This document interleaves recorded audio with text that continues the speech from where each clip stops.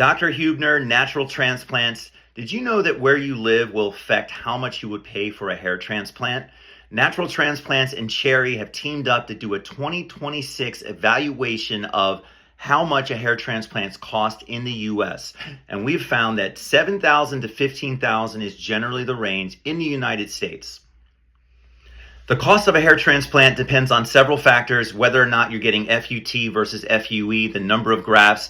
And now again, if you're going overseas, whether or not the technicians are doing the majority, if not all of the work, versus a board certified physician that's involved entirely on your surgery.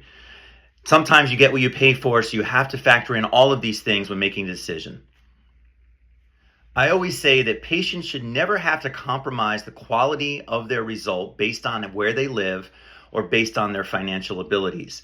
Partnered with Cherry, we believe that you can achieve the quality hair transplant you deserve.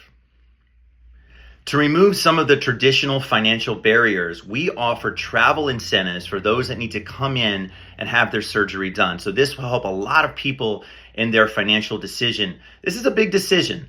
We also partner with Cherry, which offers a lot of flexibility in terms of getting the monthly payment down and also offering 0% APR rates for promotional times to those that qualify.